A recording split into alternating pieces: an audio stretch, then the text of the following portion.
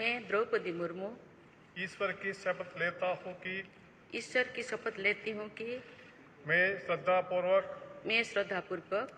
भारत के राष्ट्रपति के पद का कार्यपालन करूंगी भारत के राष्ट्रपति पद का कार्यपालन करूंगी तथा अपनी पूरी योग्यता से संविधान और विधि का परिरक्षण, संरक्षण और प्रतिरक्षण करूंगी और मैं भारत की जनता की सेवा और कल्याण में निरत रहूंगी।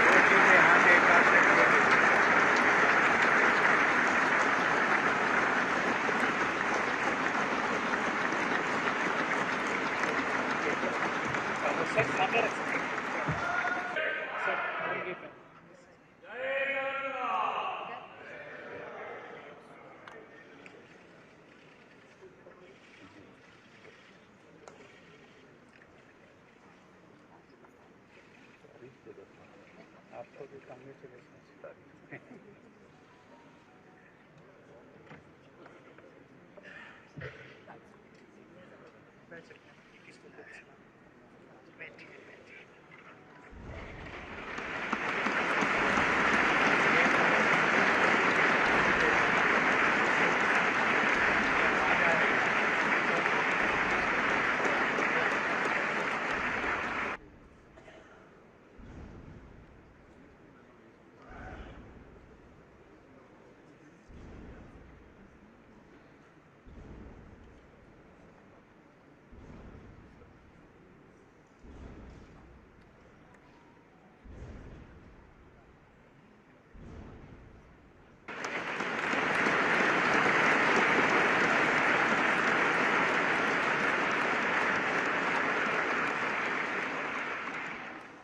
आदरणीय श्री रामनाथ कोविंद जी, उपराष्ट्रपति श्री एम वेंकैया नायडू जी, प्रधानमंत्री श्री नरेंद्र मोदी जी, लोकसभा के स्पीकर श्री ओम बिरला जी, चीफ जस्टिस एन.वी. रमन्ना जी, सम्मानित सांसदगण, अन्य महानुभावों, देवियों और स्वजनों तथा मेरे प्यारे देशवासियों, सभी को जोहार।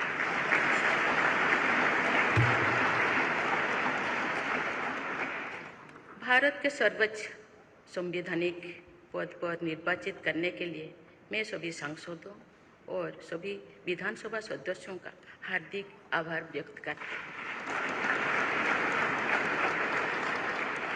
आपका मत देश के करोड़ों नागरिकों के विश्वास की अभिव्यक्ति है। मैं भारत के समस्त नागरिकों की आशा, आकांक्षा और अधिकारों की प्रतीक इस पवित्र संसद से सभी देशवासियों का पूरी विनम्रता से अभिनंदन करता हूँ।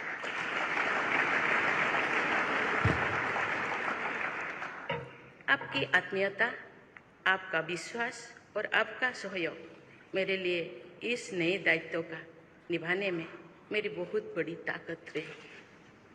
मुझे राष्ट्रपति के रूप में देश ने एक ऐसे महत्वपूर्ण कालखंड में चुना है जब हम अपनी आज़ादी का अमृत महोत्सव मना रहे हैं।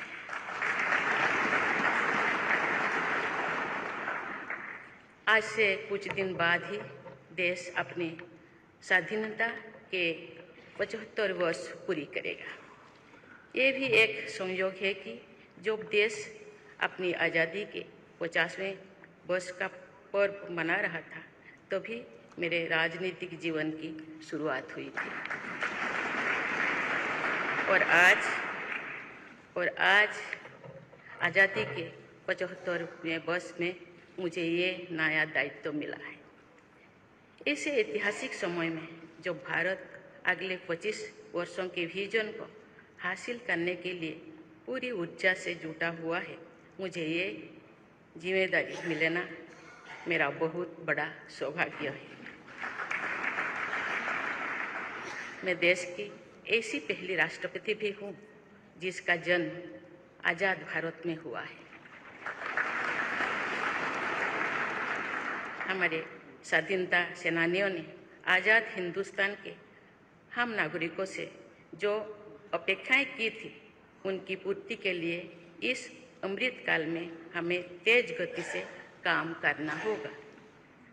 इन 25 वर्षों में अमृत काल की सिद्धि का रास्ता 2 पटरियों पर आगे बढ़ेगा, सबका प्रयास और सबका कर्तव्य। भारत के उज्जवल भविष्य की नई विकास यात्रा हमें सबके प्रयास से करनी है, कर्तव्य पथ पर चलते हुए करनी ही है। कल यानी 26 जुलाई को कारगिल विजय दिवस भी है। ये दिन भारत की सेनाओं के शौर्य और संयम दोनों का ही प्रतीक है।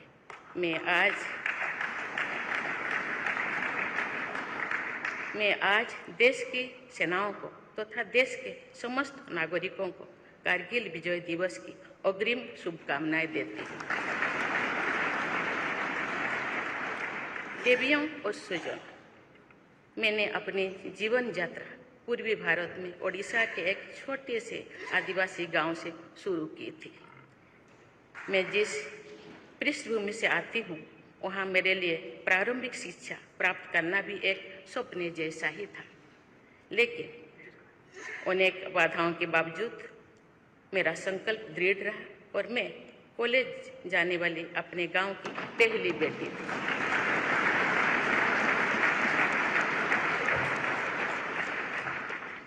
मैं जनजातीय समाज से हूँ और वार्ड काउंसिलर से लेकर भारत की राष्ट्रपति बनने तक का अवसर मुझे मिला है।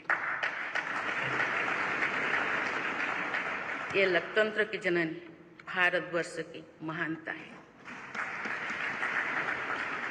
ये हमारे लोकतंत्र की ही शक्ति है कि उसमें एक गरीब घर के पैदा होने बेटी, दूर सुदूर आदिवासी क्षेत्र में पैदा हुई बेटी भारत के सर्वोच्च संवैधानिक पद तक पहुंच सकती है।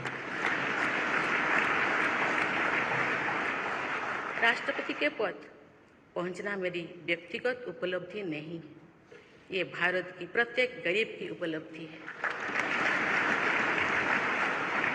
मेरा निर्वाचन इस बात का सबूत है कि भारत में गरीब सपने भी देख सकता है और उन्हें पूरा भी कर सकता है।